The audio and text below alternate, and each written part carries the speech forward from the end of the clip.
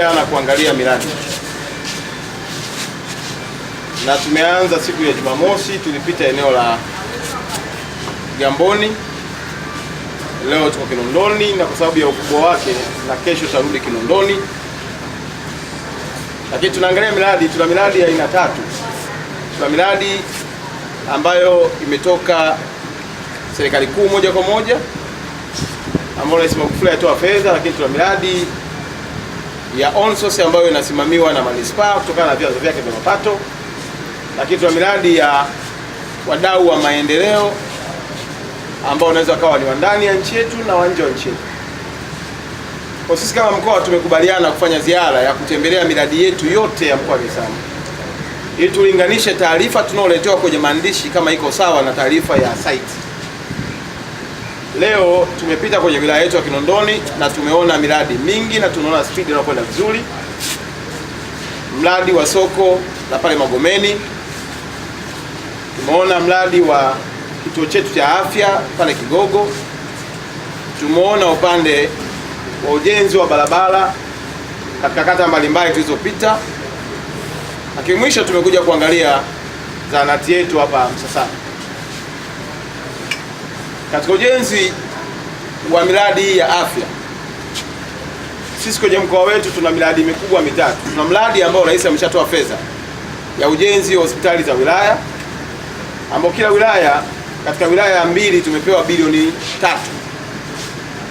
Lakini pia tuna mradi wa ujenzi wa vituo vya afya, mojawapo tumeenda kukiangalia Kigogo. Kitu walichofanya Kinondoni, wameenda hatua moja zaidi, walinunua baadhi ya majengo. Maana yake katika ile kituo cha afya hakitakuwa tuna majengo 7 kama ilivyokuwa pale awali. Maana yake majengo yatakuwa yameongezeka na wananchi wa Kigogo watapata manufaa makubwa, kwa sababu Kigogo ina wakazi wasiozidi 70,000, lakini kituo kile kilichokuwepo kwa kinahudumia zaidi ya wananchi wasiozidi 130,000. Maana yake walikuwa wanahudumia zaidi ya wananchi wanaoishi katika wilaya, katika kata ya Kigogo.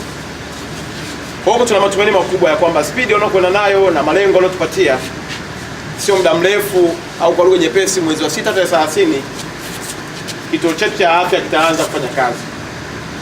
Kwa nawapongeza, nampongeza DC kwa kasi na usimamizi mzuri katika hilo eneo, lakini pia kumtaka aendelee kuongeza nguvu zaidi ili ya malengo aliyojiwekea yaweze kutimia kwa wakati. Eneo la soko tumeliona pale Kigogo na Magomeni. Jambo moja ambalo nimewaambia walifanyie kazi, wasikubali mshauri wa mradi aendelee kubadilisha vipimo kila wanavyozidi kujenga.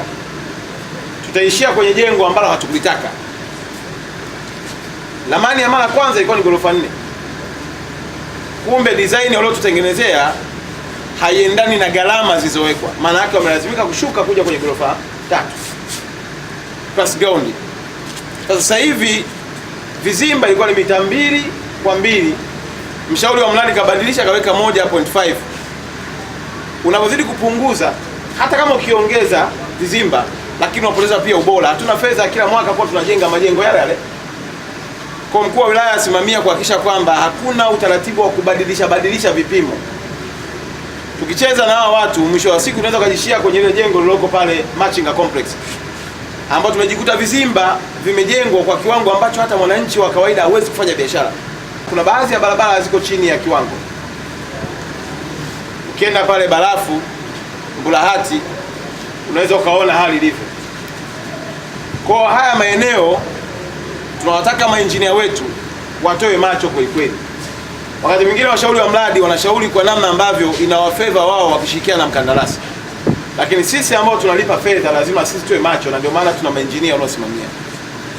Moja kubwa ambalo lazima tuifanyie kazi kama mkoa ni ujenzi wa barabara za DMDP, ambazo hizo wanajipangia wenyewe na kuamua wenyewe.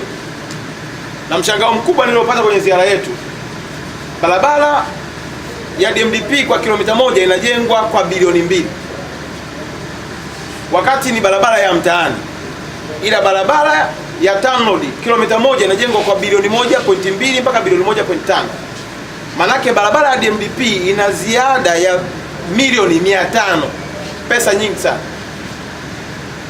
Mshangao mkubwa niliopata, pamoja na kuwa wanajenga barabara moja kilomita moja kwa bilioni 2, iko barabara ya Makanya ambayo wameongeza yenye mradi wa bilioni 8 kwa bajeti ya mara ya kwanza. Sasa wameweka variation ya bilioni 5, maanake mradi umekwenda kwa bilioni 13. Tunawezaje kuongeza bilioni 5 wakati tunajenga kilomita moja kwa bilioni 2? Maanake ukichukua zile ukiongeza, unajikuta kilomita moja ya DMDP wanaosimamia wao ni zaidi ya bilioni 2.5. Maanake kuna access ya bilioni 1 zaidi kwa ujenzi wa barabara ya TANROADS. Na tunajua TANROADS wanajenga barabara kubwa zinazobeba magari makubwa. Hili lazima tulikalie upya. Na bahati nzuri DMDP wako mkoani kwetu na wako kwenye wilaya zetu, lakini pia tutaomba mamlaka ya serikali za mtaa chini ya waziri wetu Jafo atusaidie kupitia upya kwa nini gharama zinajengwa barabara kwa gharama kubwa zaidi kuliko TANROADS. Lengo letu hapa ni kwamba hizi fedha za DMDP au za World Bank sio msaada. Hizi ni pesa za mkopo, tutalipa sisi wananchi, na lazima tuwe wakali kwenye usimamizi wa miradi yake, na hizo fedha zitumike kwa tija ya kuleta maendeleo kwenye barabara zetu. Sio barabara moja inajengwa kwa mabilioni ya fedha, alafu mwisho wa siku kumbe yale mabilioni yanaenda kwenye mifuko ya watu. Wametokaje kwenye bilioni 8 wakaenda mpaka bilioni 13? Na sheria ya Procurement Act inaongelea kifungu cha 15 kinaongelea habari ya variation isizidi 15%. Maana yake ukipiga mahesabu bilioni 8 ukitafuta hii bilioni 5 iliongezeka ni zaidi ya 60%, inakwenda mpaka 70%. Hii ni nyongeza ambayo haiko kwenye utaratibu wa manunuzi. Na sheria inasema kama imezidi kiwango cha 15% lazima itangazwe upya. Sasa ukiuliza mshauri wa mradi anakuambia tukija kugundua design pale kuna chemichemi, haiwezekani chemichemi nyinyi mkatreat kwa gharama kubwa kuliko TANROADS.